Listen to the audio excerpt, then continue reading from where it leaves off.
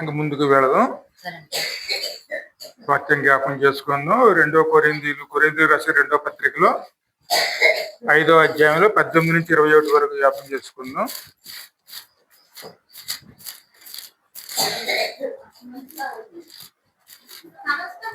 సమస్తమును దేవుని వలనైనవి ఆయన మనలను క్రీస్తు ద్వారా తనతో సమాధాన పరుచుకుని ఆ సమాధాన పరుచు పరిచర్యను మాకు అనుగ్రహించెను. అదేమనగా దేవుడు వారి అపరాధములను వారి మీద మోపక క్రీస్తునందు లోకమును తనతో సమాధాన పరుచుకొనుచు ఆ సమాధాన వాక్యమును మాకు అప్పగించెను.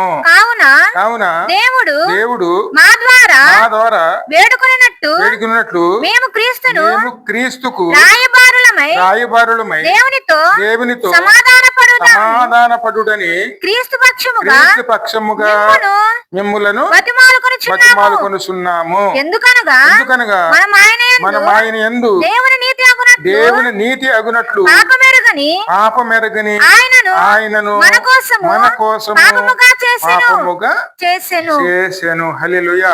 ఇంకా దేవునితో సమాధానం అని. ఎందుకంటే మనందరూ కూడాను దేవునితో సమాధానం లేని పరిస్థితుల్లో నిలిచి, ఎందుకంటే పాపం వల్ల వచ్చే జీతము మరణం అని. అందరూ దారి తప్పిన వారుమే, కానీ దేవునితో సమాధానం కలిగి ఉండాలని చెప్పి దేవుని కోరిక ఏమిటి? అందరూ కూడా దేవునితో సమాధాన పరచుకోబడాలని చెప్పి దేవుని చిత్తం అండి. కానీ ఈ లోకం అంతా ఎలాగున్నది? దేని వ్యతిరేకంగానే ఉంటుందండి. ఎందుకంటే సమాధానం లేని పరిస్థితుల్లోనే ఉంటుంది. మరి ఈ పరిస్థితుల్లో ఉన్నప్పుడు దేవుడు ఏం కోరుకుంటున్నారండి? ఆయన దేవునితో సమాధాన పరుచుకొనటానికి ఆయన లోకము తనతో సమాధాన పరుచుకొనుచు ఆ సమాధాన వాక్యమును మాకు అప్పగించెను. ఎందుకంటే లోకమంతా ఎవరితో సమాధాన పడాలి? దేవునితోనే. ఈ రోజుల్లోనూ ఎక్కడన్నా సరే దేవునితో సమాధానం ఉన్నదా? సమాధానం లేనకు ఉన్నప్పుడే మనలో శాంతి కరువైపోతుందండి. ఇరుకులు, ఇబ్బందులు, సమస్యలు ఎన్ని కారణం ఏమిటి? దేవునితో ఉన్న సమాధానం పోగొట్టుకున్నప్పుడే. అందుకే సమాధానం అనేది మనకి దేవుని యొద్ద కలిగి ఉంటేనే మనం పరిపూర్ణంగా నిలవగలిగిన వారు ఉంటామండి. కానీ మన పరిస్థితి ఎలాగున్నది? కానీ దేవుని మరి మన ఇలా సమాధానం లేని వారిగా దేవుడు సృష్టించడం మనల్ని అదేమీ లేదండి. ఎందుకంటే మనం ఏ రీతిగా సృష్టించబడ్డాం? ఆదాము కాలంలో చూస్తే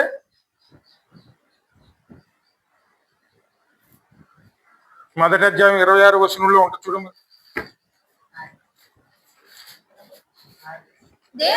దేవుడు మన స్వరూపమందు మన పోలిక చొప్పున నరులను చేయుదుము. వారు చాలము. ఇంతకు మనం ఇక్కడ ఎవరి స్వరూపంలో ఉన్నాం? దేవుని స్వరూపము, దేవుని పోలికలు. ఎప్పుడైతే మనం లోకంలో ఎంటివేయబడ్డాం, పాపం అనేది మళ్ళీ ప్రవేశించిందో, ఇక్కడ మనం దేని పోగొట్టుకున్నామండి? దేవుని పోలికలు పోగొట్టుకున్నాం, దేవుని స్వరూపాన్ని పోగొట్టుకున్నాం.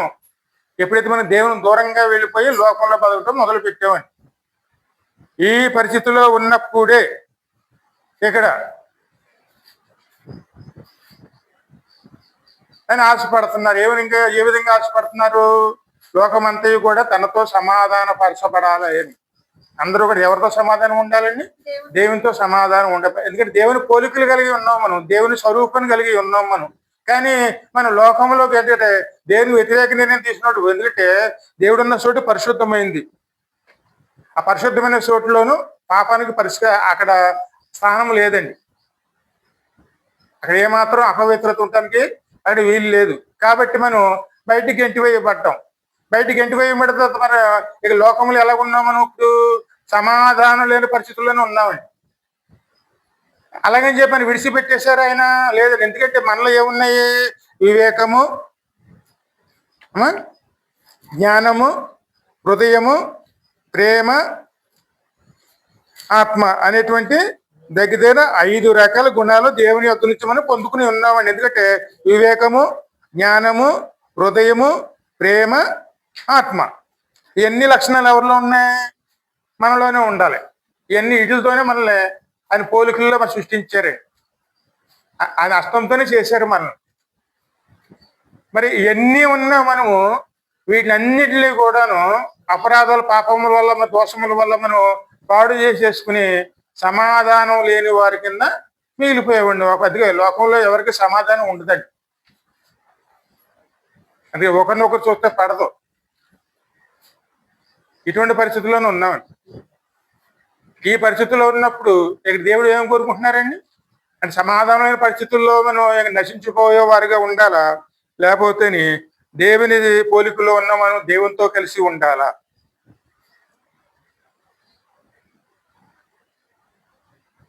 అందుకే మనం ఎక్కడ ఉండాలి?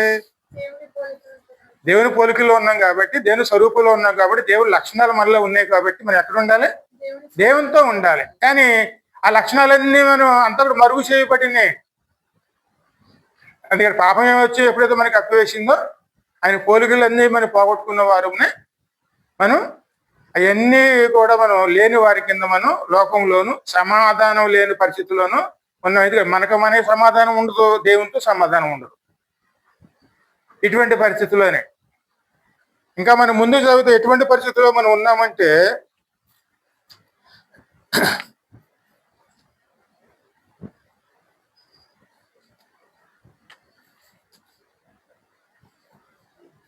ఒకసారి కీర్తన 58:3 చూడము. 3 తల్లి కడుపున పుట్టినది మొదలుకొని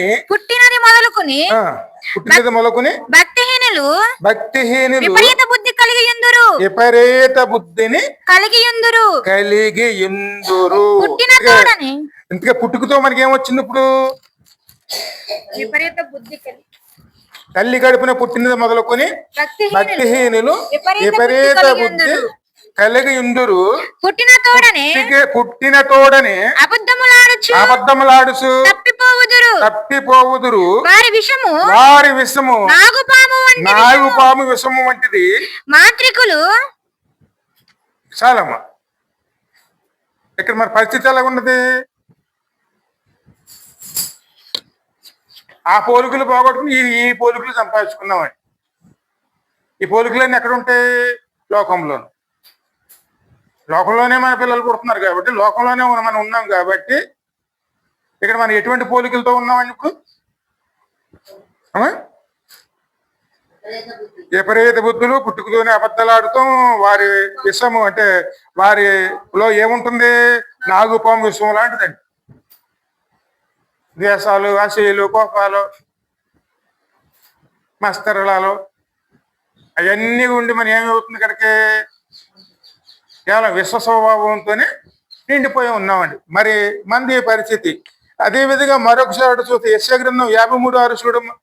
ఈ పరిస్థితిలో ఉన్న మనమందరము గొర్రెల వలె త్రోవ తప్పి. మరి ఏ పరిస్థితుల్లో మనం ఉండి తప్పిపోయామండి? ఈ పరిస్థితుల్లో ఉందండి. సమాధానం లేదు. పుట్టుకతోనే విపరీత బుద్ధులు కలిగి ఉన్నాం. అందరూ ఎటువంటిది ఉన్నాం? నాగుపాము విసుగులాంటి స్వభావాలతోనూ ఉన్నామండి. పుట్టుకతోనే దారి తప్పిపోయే ఉన్నాం. ఎవరి దారి వారిదే. ఒకరి సంబంధాలు ఉండవండి. అందరూ గొర్రెల వలె త్రోవ తప్పి పోతిమి. మనలో ప్రతి వాడును తనకిష్టమైన త్రోవకు తొలగిపోయేను. అంటే ఎవరి ఇష్టం వచ్చిన త్రోవ వారకండి. ఎవరు ఇద్దరు కలిసి ఒక త్రోవలో వెళ్ళరు. ఎందుకంటే వారి అభిప్రాయం వేరు, మన అభిప్రాయం వేరే. ఇష్టానుసారంగా వెళ్ళిపోవాలి. కానీ అందరూ కలిసి అక్కడ జీవం గల దేవునికి పూర్తిగా దూరం అయిపోయారండి. ఇప్పుడు ఎవరి త్రోవ వాళ్ళదే. అందరూ ఒక దేన్ని చూస్తున్నారు? మళ్ళీ దేవుని యొద్దకు వెళ్ళాలనే. కానీ ఏ విధంగా వెళ్ళాలి? ఎందుకంటే అందరూ దేవుని దగ్గరికి వెళ్ళాలంటే మనలో ఏమి ఉండాలండి? ఆయన ఉన్న చోటు ఎటువంటిది? ఆయన పరిశుద్ధుడు కాబట్టి మనం కూడా పరిశుద్ధంగా ఉండి దేవుని సన్నిధానంలో చేరుకునే వారు ఉండాలి. మరి అలా వెళ్ళటానికి మరి వీలు పడుతుందా? అపరాధాలు, దోషములు, పాపములు అన్ని కడగబడాలంటే ఖచ్చితంగా ఎవరైనా మనకు సహాయం చేసేవారు కావాలండి. ఎటువంటి స్థితిలో అందరూ నిలిచి ఉన్నామంటే, ఏ స్థితిలో మనం త్రోవ తప్పామంటే స్పష్టంగా వాక్యంలోనే ఉంటుంది. చూడండి ఇక్కడ అమ్మ ఇర్మియా గ్రంథంలో 9వ అధ్యాయంలో మొదటి 9 వచనాలు, నా జనులలో హతమైన వారిని గూర్చి నేను దివారాత్రములను కన్నీళ్లు విడిసినట్లు నా తల జలమయముగాను నా కన్నులు కన్నీళ్ల ఊటగాను ఉండుగా. ఏ స్థితిలో ఉన్నారు వాళ్ళు? హతమైపోయిన స్థితిలో, అంటే నరకానికి అందరూ కూడా దగ్గరలోనే ఉన్నారండి. అందరూ మరణంలోనే ఉన్నారు. అందుకని మరణకరమైన పరిస్థితుల్లోనే ఉన్నారు. పాపంలో వచ్చే జీతము మరణమేనండి. త్రోవ తప్పిపోయాం, ఒకరొకరు సంబంధం లేదు.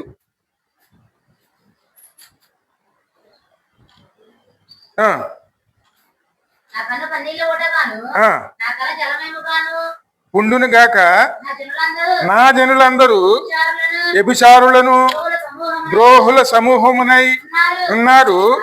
ఆహాహా, అరణ్యములలో బాటసారుల భాష నాకు దొరికిన ఎంత మేలు. నేను నా జనులను విడిచి వారి యొద్ద నుండి తొలగిపోవుదును. వెండ్లను త్రొక్కి వంచినట్లు అబద్ధములాడుటకై వారు తమ నాలుకను వంచుదురు. దేశములో తమకున్న బలమును నమ్మకముగా మనకున్న బలం ఏమిటి? దేవుడే. అని జ్ఞానం అండి, అని వివేకం. ఎలా నడుచుకోవాలో ఖచ్చితంగా వివేకంతో మనల్ని అన్ని సృష్టించారు. ఆ జ్ఞానం ఉంది మనకి. అదే విధంగాను ఆయన ఆత్మ ఉన్నది, ఆయన ప్రేమ ఉన్నది, ఆయన హృదయం ఉంది. అందుకని అప్పుడప్పుడు అంటారు చూడండి, వివేకం లేని వారిని ఏమంటాం మనం? కొద్దిగా వివేకంగా ప్రవర్తించండి అంటాం మనం. అదే బుద్ధి లేని వారిని ఏమంటాం మనం?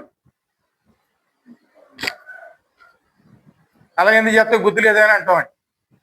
ఆ మాత్రం జ్ఞానం లేదా అంటాం. ఇంకా కఠినంగా ఉన్న వాళ్ళు ఏమంటాం మనం? కొద్దిగానే హృదయం అనేది లేదా అంటాం. ఇంకా ముందుకెళ్తే ఆ మాత్రం ప్రేమ లేదా అంటాం.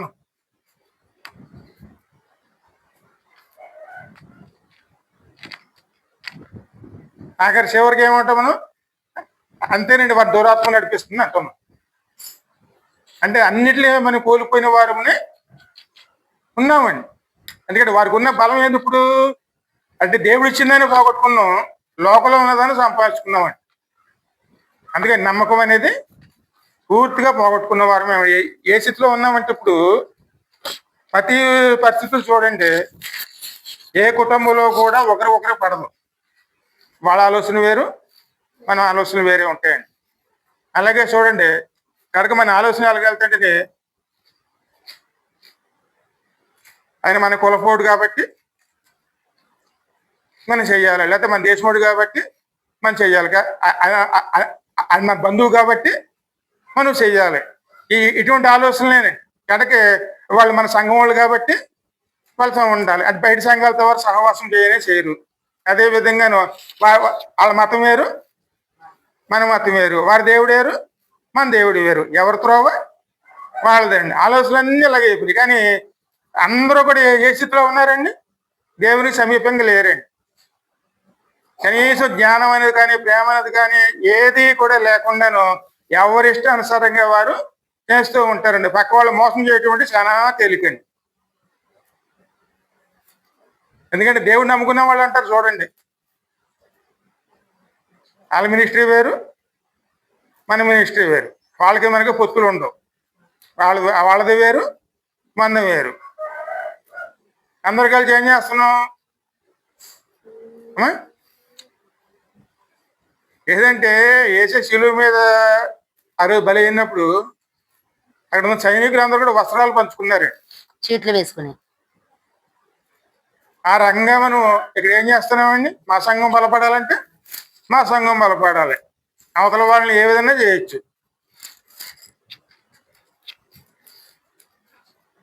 ఇష్టానుసారంగా ప్రవర్తించవచ్చు. అక్కడ ఎవరిలో అయినా సరే కొద్దిగా వివేక జ్ఞానాలు ఉన్నాయండి. ఇటువంటి పరిస్థితుల్లోనే ఇర్మియా ఇక్కడ బాధపడుతున్నాడంటే, అందుకే ఇర్మియాకి ఒక పేరు ఉందండి, విలాప వాక్యములు. అందుకని విలాపించేటువంటి ప్రవక్త అని అర్థం అండి. ఆ సమయంలోనూ ఆయనే మాట్లాడుతున్నారు, యెహోవా ద్వారా మాట్లాడుతున్నారండి. ఆయన ఎందుకు దుఃఖపెడుతున్నాడు? ఆయన అందరూ అబద్ధాలు ఆడటానికి అందరు సిద్ధంగా ఉంటున్నారు. తమ నాలుకను వంచుదురు, దేశంలో తమకున్న బలము నమ్మకముగా ఉపయోగించరు, నన్ను ఎరగక కీడు వెంట కీడు చేయొచ్చు ఎందుకంటే దేవుని ఎవరు ఎరిగిన వారు లేరండి. ఎందుకంటే ఒకసారి పరిశీలన చేసుకుంటే మనం అర్థం చూడండి, మన బలాన్ని బట్టి మనం విస్తరించడానికి మనం ప్రయాసపడుతున్నాం, కానీ దేవుని పని చేయడానికి మనం ఆ పని చేయగలుగుతున్నామా?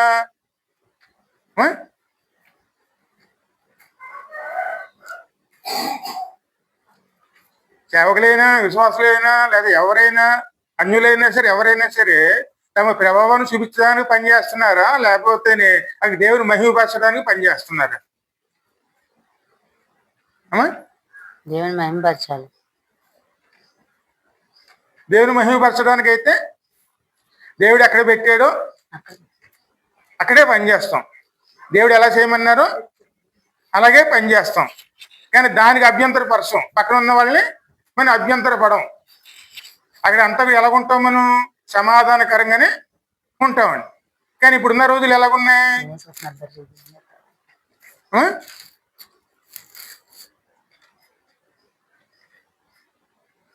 పక్కనే మందిరాలు ఉంటాయి, ఆ మందిరం వాళ్ళకి ఈ మందిరం వాళ్ళకి పడదు. ఎందుకంటే అందుముందు అందులోంచి వచ్చేసిన వాళ్ళు బయటికి. కాబట్టి వాళ్ళు పిలిచినా వీళ్ళు వెళ్ళరు, వీళ్ళు పిలిచినా వాళ్ళు వెళ్ళరు. ఇద్దరి మీద సంబంధం లేనప్పుడు అక్కడ యేసయ్య ఉంటారు, ఇక్కడ యేసయ్య ఉంటారు నమ్మినప్పుడు, అంటే సమాధానం లేని చోట దేవుడు ఉంటాడా? ఇద్దరు మనసులో ఏమున్నది? ద్వేషమే, అసూయలే ఉంటారు, వేలుగోలు ఉంటారు. కానీ వాళ్ళందరూ కూడా దేవుని నామంలో వచ్చారా, లేదా తమ నామంలో వచ్చారా?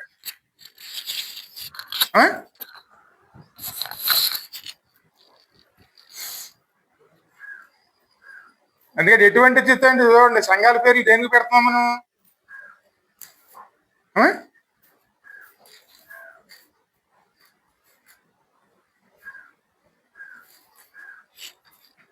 అందుకని కొన్ని పేర్లు పెడతాం, సతీష్ కుమార్ సంఘం అంటాం, అలా అవుతే అది అలాగంటాం, ఇలాగంటాం, అన్నీ అంటాం. కానీ వాళ్ళందరూ ఎవరి నామంలో వచ్చారండి?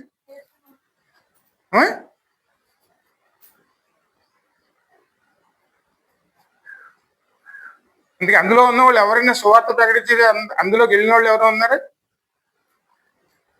అంటే వాళ్ళు చెప్పిన సువార్త ప్రకారం అక్కడ వెళ్ళి రక్షణ పొందిన వాళ్ళు ఉన్నారు?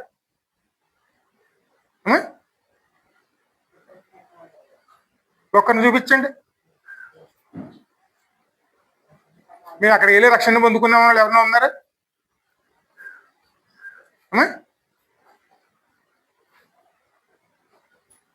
క్రీస్తు శరీరాన్ని మీద వస్త్రాన్ని పంచుకోవడానికి వాళ్ళందరూ పోటీ పడి చీటీలు రాసుకుని వాళ్ళు అంత ప్రయత్నం చేశారండి. ఇది పరిస్థితి అనమాట. ఏంటంటే మనుషులందరూ ఎలా మారిపోయారు కాబట్టి దేవుని బిడ్డలే కాదండి, లోకమే కాదండి, ఎక్కడ చూసినా ఎటువంటి పరిస్థితి, ఒక మనిషి నమ్మటానికి వీలైన పరిస్థితిలోకి వెళ్ళిపోయారండి. అందరూ ఏ విధంగా ఉన్నారు? ఇంకా ముందు చదువు అక్కడ. విండ్లను త్రొక్కి వంచినట్టు అబద్ధం ఆడటకే వారు తమ నాలుకను వంచుదురు, నమ్మకం నన్ను ఎరుగక కీడు వెంట కీడు చేయించి ప్రవర్తించున్నారు. ఇదే యెహోవా వాక్కు. మీలో ప్రతివాడును పొరుగువాని విషయమే జాగ్రత్తగా ఉండవలను. ఎక్కడ జాగ్రత్తగా ఉండాలి? పొరుగువాని విషయం. అడవిలోకి వెళ్తే ఏదైనా మృగాలు వచ్చి మీద పడతాయేమో జాగ్రత్తగా ఉండాలండి. ఇంతకీ ఇది వాస్తవమే కదండి? వాస్తవేనయ్యా. అంటే ఏ పోతల్లోంచి వచ్చిన మీదటి పోతామో, మరి ప్రాణాలు పోతాయేమో అని మేము ఏం చేస్తాం?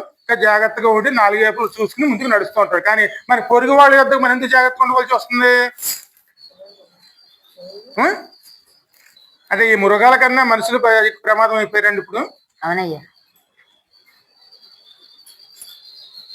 కానీ అందరిని దేవుడు ఎలా సృష్టించాడు?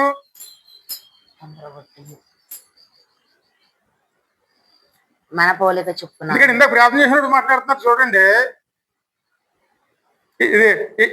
ఈ మత్తు మందుల వల్ల, డ్రగ్స్ వల్ల పిల్లలు పాడైపోతున్నారు, అని ప్రార్థన చేశారు కదా. అవన్నీ అమ్మినోడు ఎవరు? అది మనిషి, అమ్మినోడు మనిషే, తీసుకున్నాడు మనిషే, పాడైపోయినోడు మనిషే. కానీ అందరు దేవుని చేత సృష్టించబడిన వారమే. అవునయ్యా. అందుకే నీ పొరుగు వారిని ఎడలు నువ్వు జాగ్రత్తగా ఉండవలెను. ఏ సహోదరునైనను నమ్మకుడి నిజముగా ప్రతి సహోదరుడును తంత్రగొట్టి తన సహోదరుని ఏం చేస్తారు? కొంపముంచును. ఇంక దేవుని దూరం అయిపోతే ఏ స్థితిలో ఉంటాం చూడండి.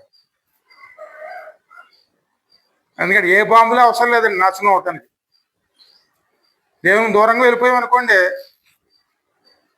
అలాగే తయారైపోతాం మనం. ఎప్పుడు మన ద్వారా ఏ కొంప కూలిపోతుందో, లేకపోతే మనం ఒకరి వల్ల మన ఇల్లు ఏమైపోతుందో, మన సంవత్సరాలు ఏమైపోతాయో, ఇటువంటి పరిస్థితులేనే. మరి ఈ స్థితిలో ఉన్నప్పుడు మన ఇళ్లలోనూ సమాధానం ఎలాగుంటుంది? ఈ స్థితిలో జీవిస్తున్నామండి. ఇంకా ముంచదమ్మా. ప్రతివాడు ప్రతి పొరుగువాడును కొండెములు చెప్పుటకై తిరుగులాడుచున్నాడు. సత్యము పలకక ప్రతివాడును తన పొరుగువానిని వంచించును. అబద్ధములాడుట తన నాలుకలకు అభ్యాసము చేసి ఉన్నారు. ఏది నేర్చుకుంటున్నారండి? అబద్ధం ఆడడం. ఎంత తేలిక తప్పించేసుకుంటారో. ఒక అబద్ధం అంటే ఇంకోటి తర్వాత ఇంకోటి. నేను ఒక్కొక్క అబద్ధాలు వింటే మరి అద్దె నిత్యం అనుకుంటాం. ఆ రోజు సాధారణ వల్ల చూడండి, ఆదాము అవ్వ ఎంత తేలిగ్గా మోసపోయారు. ఎదుటివాని తప్పులు పట్టవాలని ఎదుటివాడి తప్పులు పట్టాలని ప్రయాసపడుదురు. నీ నివాస స్థలము కాపట్యము మధ్యనే ఉన్నది. నీ నివాస స్థలము కాపట్యము మధ్యనే ఉన్నది. వారు కపటులై నన్ను తెలుసుకుని నల్లుకున్నారు. ఇదే యెహోవా వాక్కు. అంటే ఎటువంటి చోట్ల మన నివాసాలు ఉంటున్నాం? అదే సత్యం ఉండదు అక్కడ మనం ఉన్న చోట. ఎప్పుడు ఎవరు ముంచుతామా అన్నటువంటి పరిస్థితుల్లోనే మన నివాసాలు చేస్తున్నాం. ఈ స్థితిలో ఉన్నప్పుడు మన ఈ భూమి మీద చొక్కము మన జీవితాలు ఎలాగుంటాయి? ఏ భేదం లేదండి. అందరూ పాపము చేసి దేవుడు అనుగ్రహించిన మహిమనే పొందలే స్థితిలోనే ఉన్నాడు. ప్రతి కుటుంబంలో ఇదే పరిస్థితి ఉంటుందండి. తల్లిదండ్రులు చూడండి, పిల్లలతో తల్లిదండ్రులు పడదు. ఆస్తులు కూడా ఏమవుతుంది? వాళ్ళకి ఎక్కువ తక్కువ అని ఆస్తులు పంచుకున్న తల్లిదండ్రులు కూడా బయటకు ఎట్టేసిన వాళ్ళు ఉన్నారు.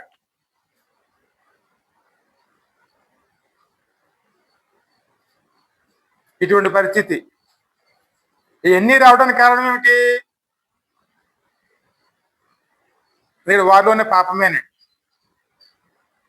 మరి పాపం వల్ల వచ్చే జీతం ఇతేనే. పూర్తిగా సర్వనాశం చేసే వరకు కూడాను పాపం వదిలిపెట్టదండి. ఈ లక్షణాలన్నింటినీ కూడాను పూర్తిగా నాశనం చేసే వరకు కూడాను మనం విడిచి కడకి ఎలా మారిపోతామండి? అక్కడ కేవలం జంతువుల వల్ల మీరు ఇబ్బంది పడతారని చెప్తలేదండి. నీ తోటి వారితోనే పొరుగు వారితోనే జాగ్రత్తగా ఉండండి. అంటే ఈ మధ్య నేను చూస్తున్నాను చూడండి, అక్కడ పులులు తిరుగుతున్నాయి, ఇక్కడ పులులు తిరుగుతున్నాయి, జాగ్రత్తగా ఉండండి అని చెప్తున్నారు. ఇక్కడ వాక్యం ఏం చెప్తుంది? మరి ఇవన్నీ కారణం ఏమిటి? మనలో ఉన్న పాపమే. మరి ఈ పాపాన్ని తాను మోసుకోవటానికి, అది పరిష్కారం చూపించటానికి, మన అందరూ కూడా దేవునితో సమాధానం కలిగి ఉండటానికి దేవుడు నిశ్చయించున్నాడు. కాబట్టి ఇప్పుడు తన కుమారుణ్ణి మన కోసం అనుగ్రహించారండి. ఇందా మీరు మూలవాక్యం చదివారు చూడండి, 2 కొరింథీయులు 5:18. సమస్తమును దేవుని ఆయన మనలను క్రీస్తు ద్వారా తనతో సమాధానపరుచుకుని ఆ సమాధానపరుచు పరిచర్యను మనకు అనుగ్రహించెను. అదేమనగా దేవుడు వారి అపరాధములను వారి మీద మోపక క్రీస్తునందు లోకమును తనతో. ఇప్పుడు లోకంలో ఉన్న పాపాన్ని అంతా ఎవరి మీద మోపాలనుకుంటున్నారు ఆయన? పక్కన ఉన్నవాడి దోషాలు భరించడానికే మనం ఒప్పుకోమండి. మరి లోకంలో ఉన్న పాపాలన్నీ ఒకడు మూయాలంటే అండి. అందుకే ఆరోగ్యమైన తోటలో ఏమి ప్రార్థన చేశారండి అంటే, నీ చిత్తమైతే ఈ గిన్నె నా యొద్ద నుంచి తొలగించు, అయినను నీ చిత్తమే. అందుకే ఆఖరి చివరిగాను ఆయన దప్పికి తీర్చడానికి అక్కడ ఉన్న వాళ్ళు ఏమి ఇచ్చారండి? వాళ్ళు చేదు సిరకను ఇచ్చారండి. అంటే ఆ మాట చేదు సిరక అంటే ఏమిటి? అందుకే మన దోషాలు, మన పాపాలు, మన అపరాధాలు, మన వ్యసనాలు ఇవన్నీ కూడా ప్రభుకి దప్పికి తీర్చడానికి ఇచ్చిన వారమై ఉన్నాం. అవన్నీ తీసుకుని మనకేమిచ్చారు ఆయన? సమాధానము మనకు అనుగ్రహించి మన పాపాలన్నీ ఆయన మోసుకుని కడిగే పాపం ఎరగని ఆయనని పాపముగా చేశాను. దేవుడు సమాధానం, పాపానికి శిక్ష పడితేనే దేవుడు సమాధానం అని. ఆ పాపానికి తన కుమారుడి మీద మోపి ఆయనకి శిక్ష వేసి ఆ శిక్ష ద్వారాను ఆ సమాధానకర్తగా మీరు అక్కడ ఆ యొక్క సమాధానం అక్కడ పొందుకుని అందులోంచి మనం విడిపించిన వారిగాను మనకు ఉన్నారు. ఇంకా ముందు చదివితే 2 కొరింథీయులు చూడవు, 2 కొరింథీయులు 8:9.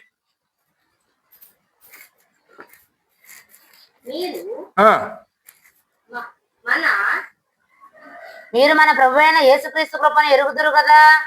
ఆయన ధనవంతుడయ్యుండి మీరు తన దారిద్ర్యము వలన ధనవంతులు కావాలనని మీ నిమిత్తము దరిద్రుడాయను. ఇందును గూర్చి నా తాత్పర్యము చెప్పుచున్నాను. ప్రభు ఎవరు? దేవుని కుమారుడు. ఆయన పరిశుద్ధుడు. అపవిత్రత అనేది ఆయనలో లేదు. కానీ మన అందరిలో కూడా పాపం ఉన్నది. పాపాన్ని ఫలితాన్ని అనుభవిస్తున్నామండి. ఎవరు కూడా నీతిమంతులు అన్నవాళ్ళు లేరండి. అంటే అందరి స్వభావాలు ఎలాగున్నాయి? విపరీత బుద్ధులే. ఈ స్థితిలో ఉన్నవారు మనం. కానీ దేవుడు ఎలాగున్నారు? అది పేరే ప్రేమ స్వరూపి. ప్రేమమయుడు, కృపామయుడు,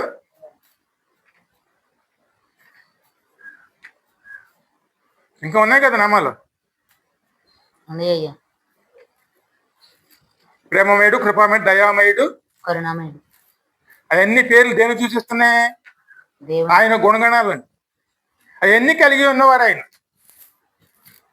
ఆయనే మన కోసం ఈ లోకాన్ని దిగి వచ్చి ఈ పాపభారం అంటే శాపాలన్నీ కూడా తాను మోసుకుని ఆయన ధనవంతుడై ఉండియో కూడా మన దరిద్రము అంటే మీరు తన దరిద్రము అంటే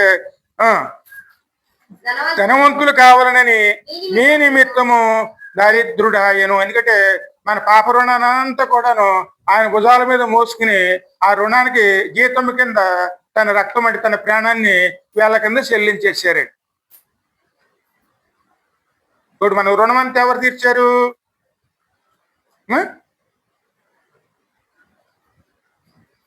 అంతా ఆయనే తీర్చారు.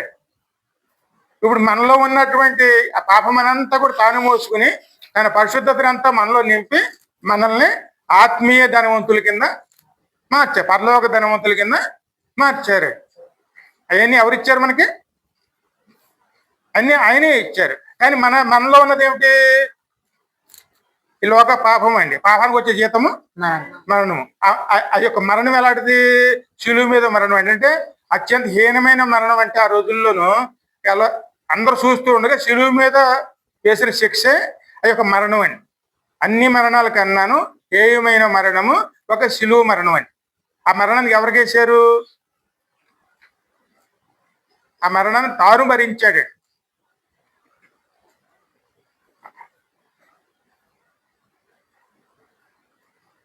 ఇంకా మనం ముందు చదివితే చూడండి,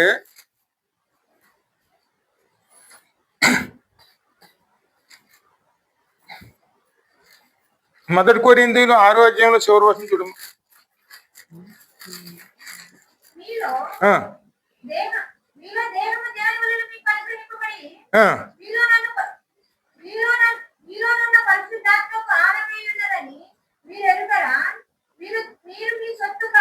మీరు మీ సొత్తు కాదు, విలువ పెట్టి కొనబడిన వారు. ఇప్పుడు మనం ఎవరు?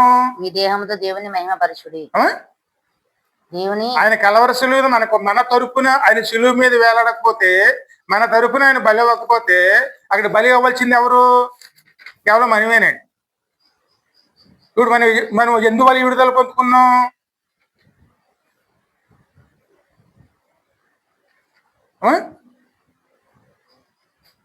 అంటే మన ఇక్కడ తెలివితేటల వలన, లేకపోతే మన అర్హత వలన, లేకపోతే మన హోదా వలన, లేకపోతే మన ఉన్న పరిస్థితుల వలన అక్కడ ఏ విధంగా మనకి విడుదల వచ్చింది? విలువ పెట్టి కొనబడిన వారు గనుక. ఆ సమయంలో మనకి విడుదల రావటానికి అక్కడ మన ప్రేమ ఏమైనా ఉన్నదా?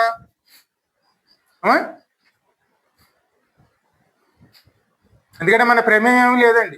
దేవుడు ప్రేమమయుడు కాబట్టి, ఆయన పోలికల్లో మనం ఉన్నాం కాబట్టి, ఆయన స్వరూపంలో మనం ఉన్నాం కాబట్టి, మనం ఇంకనూ అడగక మునిపే, మనం ఇంకనూ ఆయన వెతకక మునిపే ఆయనే సిద్ధపడి ఆయన కుమారుడే మనకు అనుగ్రహించి, ఆ కుమారుడి ద్వారానే పాపానికి పరిష్కారం కింద వెల కింద ఆయన ప్రాణాన్ని అక్కడ వెల చెల్లించి ఆయన ఎందుకంటే ఆయన నీతిమంతుడు, నీతి తప్పడు కాబట్టి మన పాపానికి జీతం ఆయనే చెల్లించి వేసి ఇక్కడ మనల్ని ప్రేమించాడు కాబట్టి మనల్ని విడిపించిన వాడి కింద ఆయన ఉన్నారండి. ఆయన దయ తెలిసాడు కాబట్టి ఈ రోజు మనకి విడుదల వచ్చింది. మరి విడుదల పొందుకున్నాం మనము. ఇప్పుడు ఇక్కడ ఎవరి సొత్తుము? దేవుని సొత్తు. అయ్యా లేదా మా సొంత అభిప్రాయాలు ఉంటాయి, మా ఇష్టం అయ్యా అనుకుంటా ఉందండి. దేవుడు ఇటువంటి ఆలోచనలు కలిగేవారు కాబట్టేనండి. ఎందుకంటే దేవుడు మన కోసం ఎటువంటి ఆలోచన చేస్తున్నారు? అందుకే ఫిలిప్పీల్లో ఉంటుంది చూడండి, 2వ అధ్యాయంలో 6వ వచనం. క్రీస్తు యేసును కలిగిన ఈ మనసును మీరును కలిగి ఉండుడి. ఆయన దేవుని స్వరూపము కలిగిన వాడై ఉండి. ఇంకో వచనం పైన చదవండి, 5వ వచనం చదవండి. క్రీస్తు యేసునకు కలిగిన ఈ మనసును మీరును కలిగి ఉండుడి. ఆయన దేవుని స్వరూపము కలిగిన వాడై ఉండి దేవునితో సమానముగా ఉండుట విడిచిపెట్టుకునేది భాగ్యమని ఎంచుకొనలేదు కానీ మనుషుల పోలికగా పుట్టి దాసుని స్వరూపమును ధరించుకొని తన్ను తానే రిక్తునిగా. ఆ మాటకి అర్థం ఏంటి? రిక్తునిగా అంటే ఏమిటి? తన శరీరం అంతా కూడా మనకు అప్పచెప్పేశారు. ఆయన ఏమాత్రం తన శరీరాన్ని తన అనుకూల అంతా మనకు అప్పచెప్పి, ఎందుకంటే అక్కడ బలి అయిపోయినటువంటి గొర్రెపిల్ల ఏం చేస్తుంది? పూర్తిగా లోబడి ఆ బలికి సిద్ధం అవుతుంది. అలాగే అందరూ కూడా ఏం చేశారు? ప్రభు బలి అప్పుడు రిక్తునిగా మారి తన్ను తాను అప్పగించుకొనెను. అదే మన మీద ప్రేమతోను ప్రభువు మన కోసం ఈ కార్యాలు చేస్తున్నప్పుడు, మరి క్రీస్తు యేసు కలిగిన ఈ మనసును ఇక్కడ పౌలు ఏం చెప్తున్నారండి? మీరును కలిగి యుండుడి. ప్రభు మన మీద ఎంత ప్రేమతో ఆయన తన ప్రాణాన్ని అప్పగించేవాడు. మరి దేవుని కోసం మనం ఏం చేస్తున్నాం?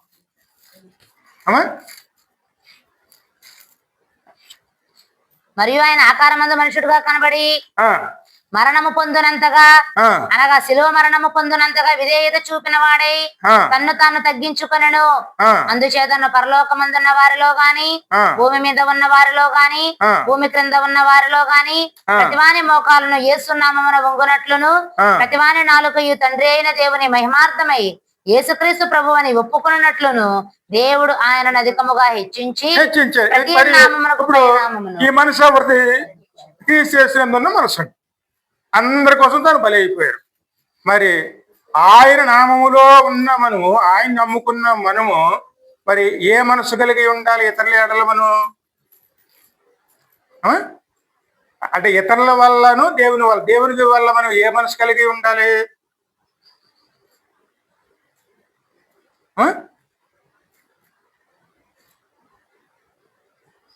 కేవలం ఆయన తన చేతులతో సృష్టించుకున్నారనే ఒక దాంతోనూ ఆయనే పరమదికి దిగి వచ్చి మన కోసం ప్రాణమే పెట్టి మన శాపాల పాపాలన్నీ కూడా శిలువ మీద తాను భరించి ఆ నిందలన్నీ ఆయన భరించి ఆయన మనల్ని ఆయనే విమోచించి దేవునితో సమాధానం అనేది మనలో కలిగించి సమాధానకర్తగాను ఆయన మనకు విడిపించారు. మరి ఆ విడిపించబడిన తర్వాత మనము దేవునిని ఏ విధంగానూ ఆయనతో కలిసి ముందుకు వెళుతున్నాము. మరి ఆయనకున్న మనసు మనకే ఉన్నదా?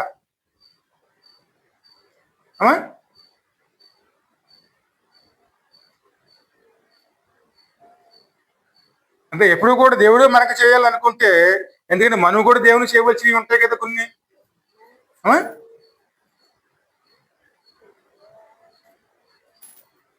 ఎందుకంటే ఇక దేవునికి మనం చేస్తున్నామంటే మన తోటి వారితో మనం ప్రభు చెప్పిన విధంగా జీవించటమే దేవునికి చేసినట్టండి. ఆయన మనల్ని ఎలా ప్రేమించారో అదే విధంగా మనము కూడా మన తోటి వారిని ప్రేమించేవారు ఉన్నది. తీర్పు తీర్చకుడి, మీకును తీర్పు తీర్చబడదు. దేవుని ఎడల మన మనసు ఎలాగ ఉండాలంటే, అసలు దేవుడు మనలో ఏమేమి కోరుకుంటున్నారంటే, ఇక్కడ ఇద్దరు మన సాదృశ్యంగా చూడండి. ఇక్కడ దావీదు ఉన్నాడు, అందరు తెలుసు కదండి.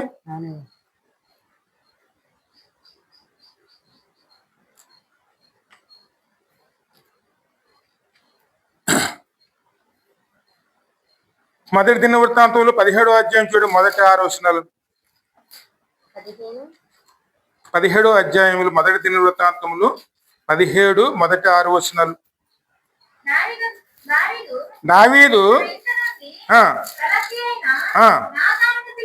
నాతానును పిలిపించి, నేను దేవదారు నగరములో కట్టబడిన నగరములోను నివాసము చేస్తున్నాను, యెహోవా నిబంధన మందసము తెరల సాటున. ఎందుకంటే ఆయన ఆలోచిస్తున్నాడండి, నన్ను విశాల స్థలంలో తీసుకున్న నా దేవుడు అయితే నాకు ఈ స్థానాన్ని ఇచ్చాడు. గొర్రెలు కాసుకునేవాడిని తీసుకొచ్చి ఆయన ఇంత జనం మీద మహారాజుగా చేశారు. ఎక్కడో ఉండి నశించుకోవాల్సిన నన్ను ఈ స్థాయిలో తీసుకెళ్ళాడు. ఇప్పుడు నాకు ఉండటానికి దేవదారు మనాలతో చేసినటువంటి గొప్ప భవనాన్ని కట్టుకున్నాను. నేను ఉండటానికి ఎంతో అందమైన మందిరాన్ని కట్టుకున్నాను, పెద్ద ఇల్లుని కట్టుకున్నాను, అంతఃపురాన్ని కట్టుకున్నాను. నా కోసం ఒక నగరాన్ని నేను అక్కడ నిర్మించుకున్నాను. కానీ నన్ను నడిపించినటువంటి దేవుడు ఇప్పుడు ఎక్కడున్నాడు? దేవదారు మ్రాణులతో కట్టిన నగరం నివాసం చేయుచున్నాను. ఎందుకంటే మనమైతే అన్ని అనుకూలపరచుకోవడానికి దేవుడి మీద ఆధారపడి దేవుని ద్వారా మనం అన్ని పొందుకోవడానికి మనం ప్రయాసపడతాం, నిజమే. కానీ మన దేవుడికి ఏ స్థానం ఇస్తున్నాము, మన దేవుని విషయంలో మనం ఏ ఆలోచన చేస్తున్నాము? ఇప్పుడు మరి అన్ని సౌకర్యాలు ఉండాలి. మరి మనలో ఆయన ఉండాలంటే ఇక్కడ మన హృదయంలో ఎటువంటి సౌకర్యాలతో నింపాలి? ఎందుకంటే మన దేవుడు ఎటువంటి వారండి? స్తుతుల సింహాసనం మీద ఆసీనుడేటువంటి దేవుడు. మరి మన దేవుడికి ఎటువంటి స్తుతులు ఇస్తున్నాం? ఏదో మందిరంలో కాసేపు ఆరాధనలను దేవుడు స్తుతిస్తాం, అదొక ఆచారం కింద ఏదో ఒక అనుకోండి, అక్కడితో అయిపోయింది. మళ్ళీ మిగిలిన 6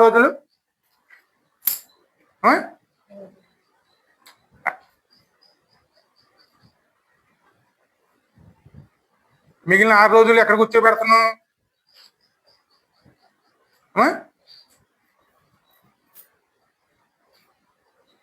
ఈ హృదయం దేంతో నిండిపోయింది? ఎందుకంటే మనం ఉన్న ఇల్లుని అయితే రోజు ఊడ్చుకుంటాం, రోజు శుభ్రం చేసుకుంటాం.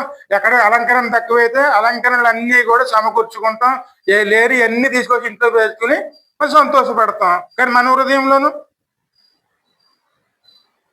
ఎందుకంటే మన దేవుడు ఎక్కడ ఉన్నారు ఇప్పుడు? ఆ మందిరం కడతాం కోసం దావీదు బంగారాన్ని, వెండిని, ఇత్తడిని అన్ని పోగు చేసి దేవుని మందిరాని కోసం సిద్ధపరిచాయి. బంగారం, ఇత్తడి, వెండి అంటే ఏమిటి? ఈ 3 కూడా దేవుని కోసం సిద్ధపరిచేవారు. బంగారం అంటే పరిశుద్ధత, పవిత్రత, తీర్పు అంటే దేవుని వాక్యానికి లోబడే మనసు, ఇవన్నీ కూడా ఎక్కడ ఉండాలి?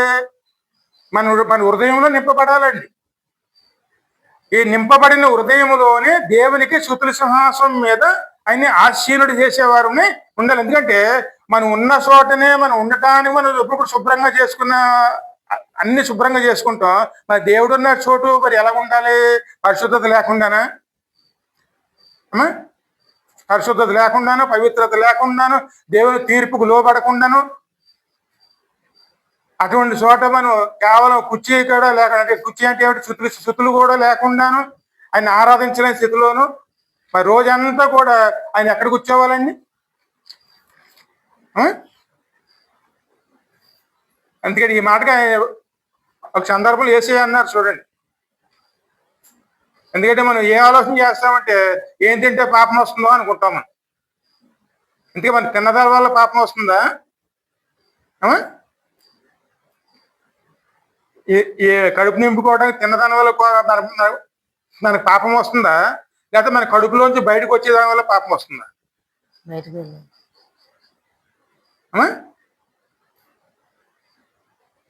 ఈ హృదయంలో ఏమొస్తున్నాయి బయటికి? ఈ హృదయంలో చిన్న ఇర్మియా ప్రవక్త చెప్పారు చూడండి, అవన్నీ మన హృదయంలోంచి వస్తున్నాయి. అబద్ధములు, ద్వేషాలు, అబద్ధాలు, మోసాలు, కపటాలు, వంచనలు చేయటాలు, ఇవన్నీ ఎక్కడి నుంచి వస్తున్నాయి? కపటము, అందుకే ఆయన అన్నాడు, ఆయన పాఠశాలలు నివసించే ఒక గుడిసె, నాకు పూరి గుడిసె దొరికిన నాకు ఎంత మేలు. అంటే ఆ స్థానంలోనే ఆయన ఉండలేకపోతున్నారు ఆయన. ఎందుకంటే ఆ స్థానం అంతా ఎలాగున్నది? దీంతో నిండిపోయింది. ఇంక దేవుడి గురించి ఆలోచన మనకి ఎక్కడ ఉంటుంది? ఈ ఆలోచనలో సరిపోతుంటే ఆయన ఉన్నారన్న తలంపులు మనకి ఎక్కడ ఉంటుంది? అందుకే దావీదు ఏమంటున్నారు ఇక్కడ, నేను అన్ని చక్కగా అమర్చిన ఇంట్లో ఉంటున్నాను, కానీ నా దేవుడు ఎక్కడ ఉంటున్నారు? కేవలం గుడారంలోనే. ఈ మనసు అండి. అంతేకాదండి, ఇక దావీదు విషయంలో ఆలోచిస్తే చూడండి, ఒక దేవుడి గురించి ఒక స్థానం ఇవ్వచ్చే ఆలోచనే కాదండి. అక్కడ తాను పోరాడవలసి వచ్చినప్పుడు దేవుని విశ్వాసం. అందుకే దావీదు విశ్వాసం ఎటువంటిది? ఎందుకంటే మనలో ఉండవలసింది 3 లక్షణాలండి. మొట్టమొదటిది దేవుని ప్రేమించటం, రెండోది దేవుని మీద విశ్వాసం కలిగి ఉండటం, మూడోది దేవుని శత్రువుతో పోరాడటం. ఈ మూడిట్లో మనం బలవంతులుగా ఉంటేనే దేవుని యుద్ధంలో స్థిరంగా ఉండగలుగుతాం. మరి దావీదు ఎలా ఉన్నాడు ఇక్కడ? మన విశ్వాసంలో. ఏ విధ విశ్వాసం అండి? ఇప్పుడు ఏదైనా సమస్య వచ్చింది అనుకోండి, మనం ధైర్యంగా నిలబడి ప్రార్థన చేసి సమస్య జయించగలమా?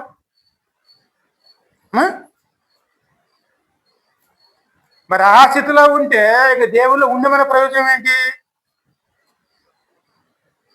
ఎందుకంటే ఆ రోజు బాలుడేనండి ఆయన.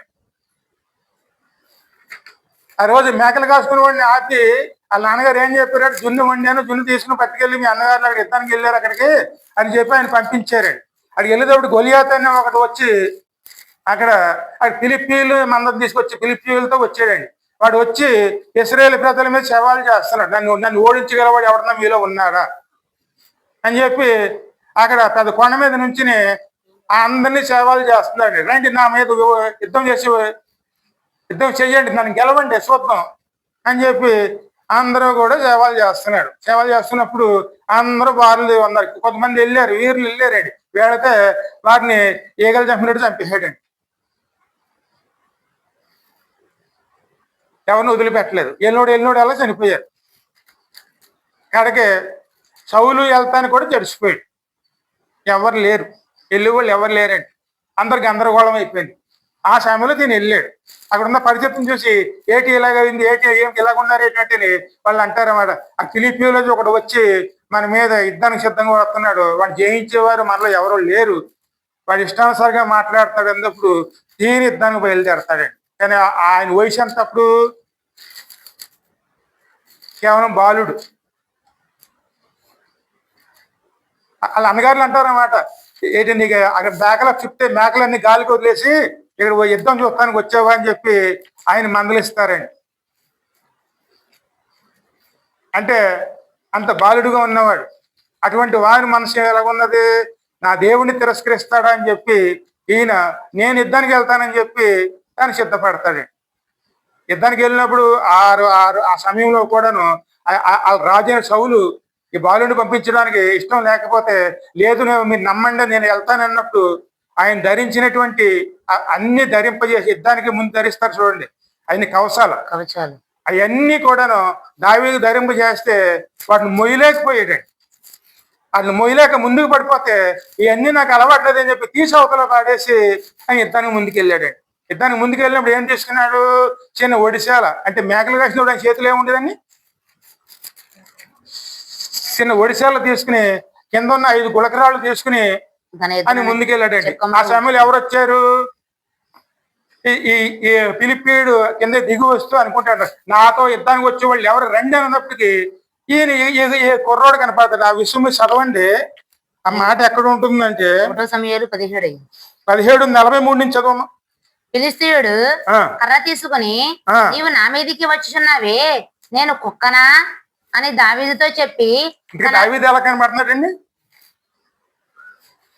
చిన్న చేతికర్ర ఒకటి ఉన్నది, ఒడిశాల ఒకటి ఉన్నది చేతిలో, అదే విధంగా జోల్లోనేమో రాళ్ళు ఉన్నాయి. తీసుకుని వచ్చి ఇప్పుడు ఈయన యుద్ధానికి వస్తున్నాడా, కుక్కను కొడతానికి వస్తున్నాడా?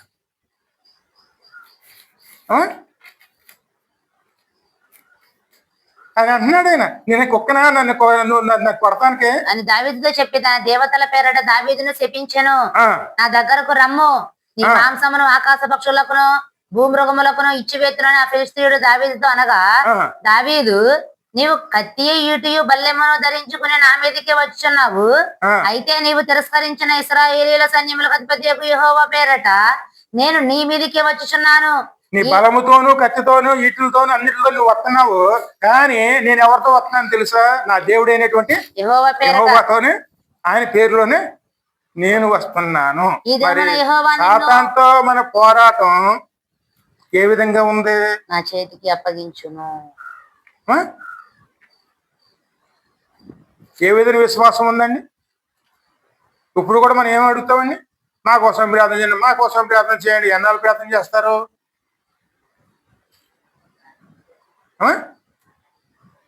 ఇంకా దావీదు ఏమైనా పెద్దోడా, బాలుడు? ఆ మాటకు అర్థం ఏంటి? కొత్త విశ్వాసాన్ని అనుకోవచ్చండి. ఆయనలో విశ్వాసం ఏముంది? నా దేవుడు నా వెనకాల ఉన్నాడు. ఆ ముందున్నవాడు గొలియాత్ అయినా, గొలియాత్ అంటే ఏవాడు?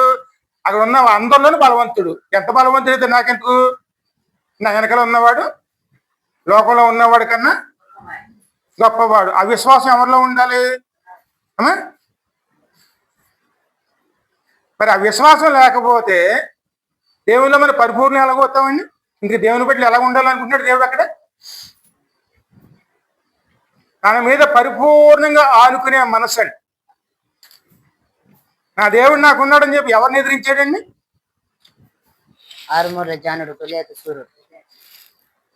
ఆ సమయంలో దేవుడిని చూశాడా, గొలియాతుని చూశాడా? దేవుడిని చూస్తాడు. ఇదే విశ్వాసం అండి. ఇటువంటి విశ్వాసమే దేవుని బిడ్డలో ఉంది. ఇదే దేవుడు ఎదురు చూసేదండి. మొట్టమొదటి దేవుని ప్రేమించడం, అదే రెండోది విశ్వాసం అండి. మరి ఆ పాపాన్ని జయించడానికి ప్రభు ఎక్కడికి ఎదురు వెళ్ళాడండి? వచ్చేది మరణమైనా సరే ఆ మరణాన్ని కూడా జయించడానికి ఆయన ముందుకు. ఎందుకంటే తను అనుకున్నది ఎవరు?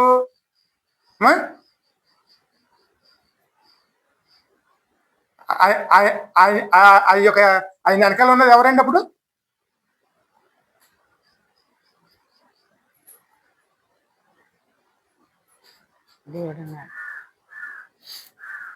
అటువంటి విశ్వాసం అండి. మరణానికి ఎదురెళ్ళాడు. ఎందుకంటే లేవనెత్తేవాడు తన పక్కనే ఉన్నాడు, ఆయన యెహోవా అని.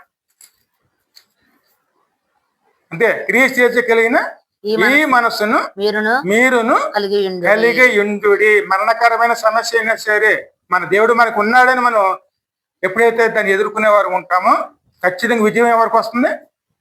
మనకే వస్తుంది. ఇంతేకాదండి, అదే దావీదు అంత విశ్వాసంలో ఉన్న పాపంలో పడ్డాడు.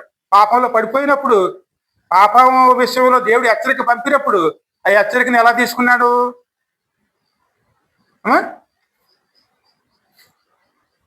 నువ్వు పాపం చేసావంటే ఖచ్చితంగా మన కోపం వస్తుంది.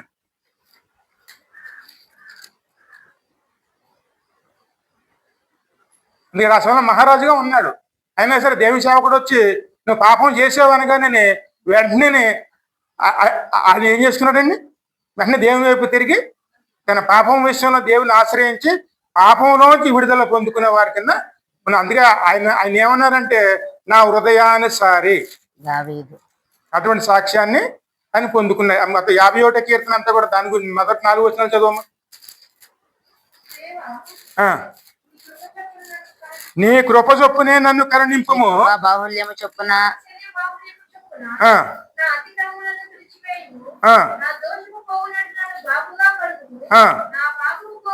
నా పాపము పోవునట్లుగా నన్ను పవిత్రపరుచుము. నా అతిక్రమం నాకు తెలిసే ఉన్నవి, నా పాపం ఎల్లప్పుడు నా ఎదుటనే ఉన్నది. నీకు కేవలము నీకే విరోధముగా పాపము చేసి ఉన్నాను. హల్లెలూయా. ఇది మన పాపము పరిష్కరించుకునేదండి. నేను మహారాజుని, నాకు హోదా ఉన్నదే, నన్ను అంతటి వాడిని నువ్వు పాపం చేసావు అంటారని మనం కోపపడ్డావు అనుకోండి, మన పాపం మన మీద ఏలుబడి చేస్తుందండి. ఎంతటి వాడైనా సరే సేవకునికి ఏమవ్వాలండి? ఎందుకంటేనే ఆ సమయంలో దావీదు మహారాజు, కానీ ఆ యొక్క మహారాజు దగ్గరికి వచ్చే పాపం చేస్తున్నామని హెచ్చరించింది ఎవరు? మరి ఈ రోజు నేను సాధారణ అదే ఆ నాతనాలాగా ఎవరన్నా సేవకుడు వచ్చి అమ్మ నువ్వు తప్పు చేస్తున్నావంటే ఆ మాటని ఎలా తీసుకుంటామని?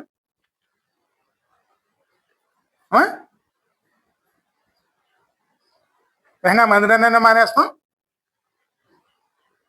లేకపోతే యుద్ధమనే చేస్తాం. ఆ మనసు మనకు ఉండాలండి. దేవుని ఒక హెచ్చరికని మనం తీసుకుని మనం సరి చేసినటువంటి మనస్సు కలిగిన వారునే ఉండాలి. ఈ విధంగా ఎప్పుడైతే ఇలా ఉన్నప్పుడు క్రీస్తు యేసులో కూడా అదే ఉందండి. పాపము, లోక పాపం అని తన మీద మోసుకున్నాడు. ఆ పాపం విషయంలో దూషణ పాలైనా సరే ఆ దూషణ కూడా మౌనంగా భరించాడు. కానీ ఎందుకు ఏమిటి అన్న మాట అని ఒక్క మాట కూడా ఆయన ఏమాత్రం పలకలేదండి. అందరూ ఎందుకు దూషించారు? ఒక పాపిగా చూశారు కాబట్టి ఆయన్ని పాపం విషయంలో దూషించారండి. ఆ దూషణలన్నీ ఎవరు భరించారండి? అన్ని ఆయనే మౌనంగా భరించారు. కానీ ఎందుకు ఏమిటి అన్న ప్రశ్నే ఎంత మాత్రం అదే మనకు మాదిరిగా పెట్టారు. ఆ మాదిరిని ఎవరిలో ఉన్నారు? ఇక్కడ దావీదులో కనపడుతున్నాయి. మొదటి పేతురు 2వ అధ్యాయంలో 27వ వచనంలో ఉంటుందండి.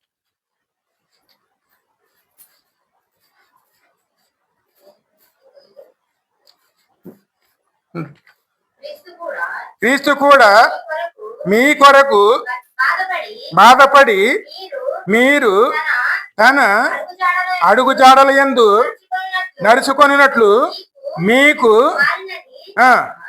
ఒక మాదిరిని ఇంచిపోయెను. ఆయన పాపము చేయలేదు, ఆయన నోటను ఏ కపటమును లేదు కనబడలేదు. ఆయన దూషింపబడి బదులు ఎందుకు దూషించారు? ఎందుకంటే నువ్వే తప్పు చేయకపోతేనే ఇంట్లో అందరూ పడి నీ మీద పడి తిడుతుంటే అప్పుడు నీకేమొస్తుంది? అన్ని భరిస్తావా, తిరగబడతావా?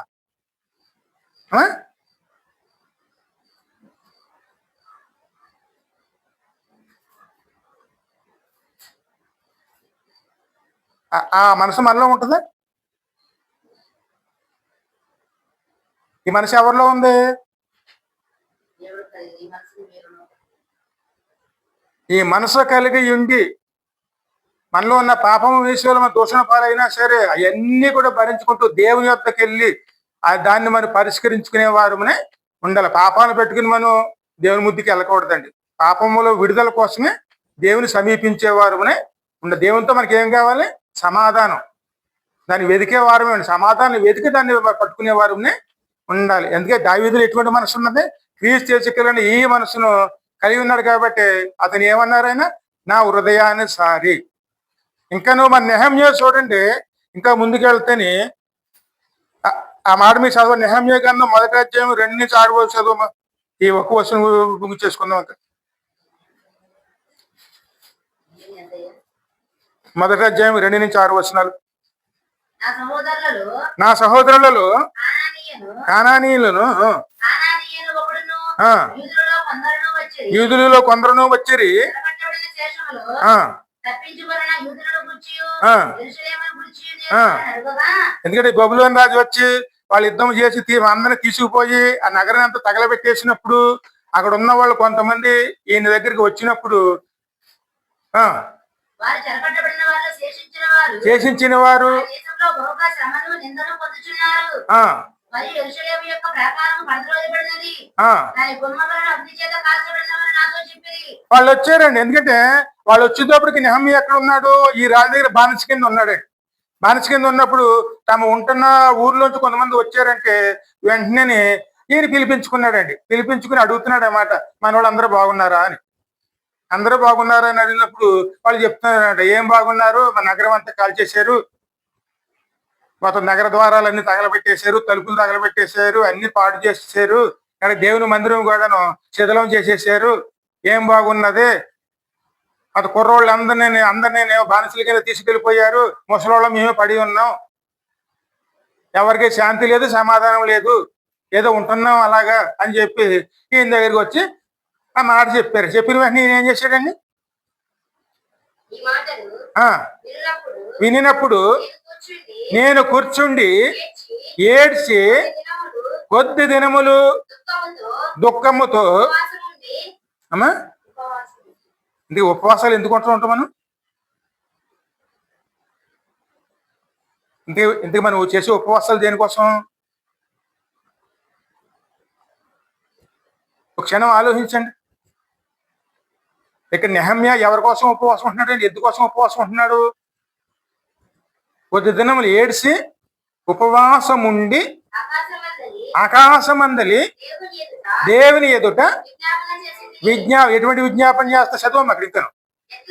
ఎట్లనగా ఆకాశమందున్న దేవ యెహోవా, భయంకరుడు అయిన గొప్ప దేవ, నిన్ను ప్రేమించి నీ ఆజ్ఞలను అనుసరించి నడిచి వారిని కటాక్షించు, వారితో నిబంధనను స్థిరపరచువాడా, నీవు చెవియొగ్గి నీ నేత్రములు తెరసి నీ సన్నిధిని దివారాత్రములను నీ దాసులైన ఇశ్రాయేలుల పక్షముగా నేను చేయు. ఇప్పుడు ఎవరి కోసం చేస్తున్నాడు ప్రార్థన? వాళ్ళు ఎక్కడున్నారు? ఆయన ఉన్న చోట ఉన్నారా? ఎప్పుడో వాళ్ళ ఇల్లు అన్ని వదిలేసి వచ్చారండి బయటికి. అందరు ఇబ్బందులు పాలయ్యారని, బానిసలు అయిపోయారని, అందరూ చెరపెట్టబడ్డారని తెలిసినప్పుడు అక్కడ ఎవరి కోసం ఉపవాసం ఉంటున్నారు? మరి మన ఊర్లో పరిస్థితులు బాగోపోతే మన ఊరి కోసం మనం ఉపవాసం ఉంటున్నామండి.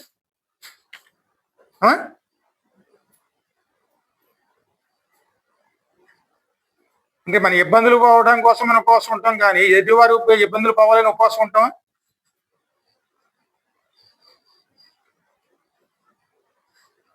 కొన్ని దినములు అంటే కొన్ని వారాలండి గట్టిగా ఉపవాసం ఉండి కన్నీటి ప్రార్థన చేసి కడకే దేవుని వైపు తిరిగి వాళ్ళ పితరులు చేసిన పాపాలన్నీ కూడా తన నామములో ఒప్పుకుని దేవుని యొద్ద క్షమాపణ వేడుకుని దేవుణ్ణి అడుగుతున్నాడండి.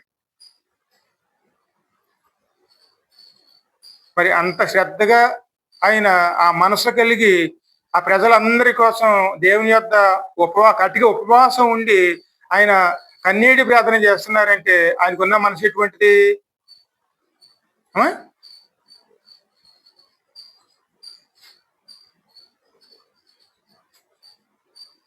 ఇంకా దేవుని బిడ్డలు ఎన్నో చోట్ల ఎన్నో ఇబ్బందులు పడుతున్నారు, కటిక యాతనలో ఉన్నారు.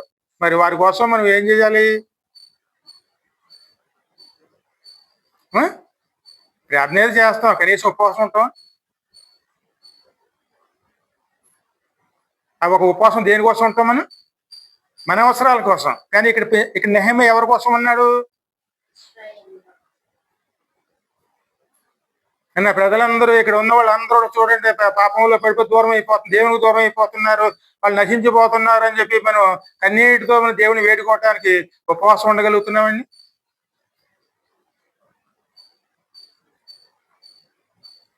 ఈ మనసు ఎవరిలో ఉందండి? కేవలం యేసయ్యలో ఉంటుందండి. అందుకే క్రీస్తు యేసు కలిగిన ఈ మనసును మీరును కలిగి యుండుడి. ఇటువంటి వారి కోసమేనండి ఆయన ఎప్పుడు ప్రాణం పెట్టింది. అందుకే ఆయన ఈ రెండో రాకట్లో కూడా వచ్చేవాళ్ళు ఎవరు? ఆయన వీరి కోసమే వస్తాడండి. ఇంకో విషయం అండి, దేవుడు ఎప్పుడు కూడా మనం విడిచిపెట్టే దేవుడు కాదండి. ఆయన ఉన్న చోట్లకి మనం నడిపించుకెళ్తారు. దేవుని సహవాసంతో మాకేం వస్తుంది అనుకోవచ్చు.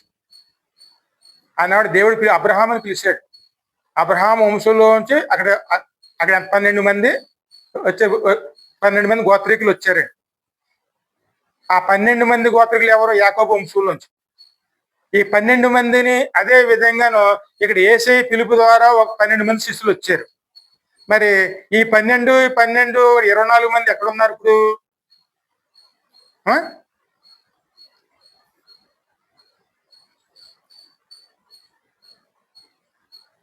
ఆయన ఉన్న చోటున 24 సింహాసనముల మీద పెద్దలు కూర్చుని యుండిరి అన్న వాక్యం కూడా ఉంది కదమ్మా. ఆ స్థానం ఇచ్చాడండి. దేవునితో నమ్మకంగా దేవునితో నడుచుకుని దేవుని పిలుపుని అంగీకరించి దేవునితో కలిసి నడుచుకున్న వారికి ఏ స్థానం ఇచ్చారండి? ఆ స్థానం ఇచ్చారండి. మనలో కూడాను మన దేవునితో ఉన్నామా, నమ్మకంతో ఉన్నామా, విశ్వాసంతో ఉన్నామా, మనకు ఒక ఉన్నతమైన స్థానంలోనూ దేవుడు నిలుపుతారండి. దేవుడు మాత్రం అన్యాయస్తుడు మాత్రం కాదే. అక్కడ ఉన్నతమైన స్థానంలో మనం నిలపాలని మనల్ని, ఎందుకంటే పరిశుద్ధ బలి కింద మన కోసం బలి అయ్యారండి. ఎందుకంటే మన అపరాధాల పాపములు అన్ని విషయాలు కూడా తొలగించబడాలని.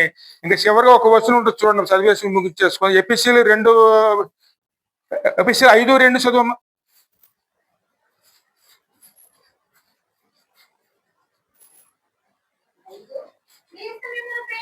క్రీస్తు మిమ్మల్ని ప్రేమించి పరిమళ సువాసనగా ఉండుటకు మన కొరకు తన్ను తాను దేవునికి అర్పణముగా బలిగాను అర్పించుకుని. హల్లెలూయా. దేవుడు మనం ప్రేమించాడు, కలవరశిలో యాగమయ్యాడు. ఎందుకు యాగమయ్యాడు? పరిమళ సువాసన కింద మన దేవునికి అర్పించబడటం కోసమే శిలువ మీద బలి అయ్యారండి. మనం ఇక్కడ మనం దోషాలతోనూ పాపాలతోనూ ద్వేషాలతోనూ బతకడానికి కాదండి. అందుకే మనం ఎవరు విలువ పెట్టి కొనబడిన. ఎందుకు విలువ పెట్టి కొన్నాడు ఆయన మనల్ని? దేవునికి అర్పించడానికండి. ఆయన ఎలా అర్పించబడ్డారో మనం కూడా దేవుడికి అలా అర్పణ చేసుకోవటానికి మన జీవితాలని ఆయన తన రక్తము చేత కొని దేవునికి ఒక అర్పణ కింద అర్పించారు. మనం ఇప్పుడు విలువ పెట్టి కొనబడిన వారమా లేదా మన సొంత వారమా? అలాంటప్పుడు మన హృదయం అక్కడ ఎవరి కోసం తెరవాలి? అందుకేనండి ఎప్పుడు కూడా మనం దేవుడితో మనం సౌఖ్యంగా ఉన్నామనుకోండి, ఒక ఉన్నతమైన స్థానం దేవుడు ఎప్పుడు కూడా మనం సిద్ధపరిచేవారుగానే అంటే మన కోసం తను చేయవలసింది అంతా కూడా ఆయనే పూర్తి చేసి ఇప్పుడు ఆయన శరీరము రక్తము ద్వారానే మనతో సమాధాన పరుచుకునే వారి కింద ఉంటే అది జ్ఞాపకం చేసుకోవడానికి బల్ల భోజనం అండి. ప్రభా నీతోనే ఉన్నావు, నీ శరీరం తీసుకుంటున్నావు, నీ రక్తం తీసుకుంటున్నావు, ఇదిగో ఈ సమయంలో కూడా జ్ఞాపకం చేసుకుంటున్నాం అని మనం ఆయనకి లోబడే వారి కింద ఉండాలి. అందుకే ఎప్పుడు కూడా ఎవరితో సమాధానంగా ఉండాలి? మనం ఈ లోకంతో కాదండి, దేవునితో. ఎందుకంటే ఈ రోజుల్లో సమాధానం ఎక్కడ చూస్తామంటే సాతానుతో సమాధానం పడుతున్నాం. అది చెప్పినట్టల్లా ఆడతాం, ఏమాత్రం ఎదిరించకుండాను లోబడిపోయి మరి ఎలా ఆడమంటే అలాగే ఆడుతున్నాం. ఇక్కడికి వాటితో సమాధానం పొందుకోవాలి, దేవునితో సమాధానం పొందుకోవాలి. అని ఎదిరించాలి, ఇక్కడ దేవునితో సమాధానం పడాలి. సరే, చిన్న ప్రార్థన చేసుకుందాం.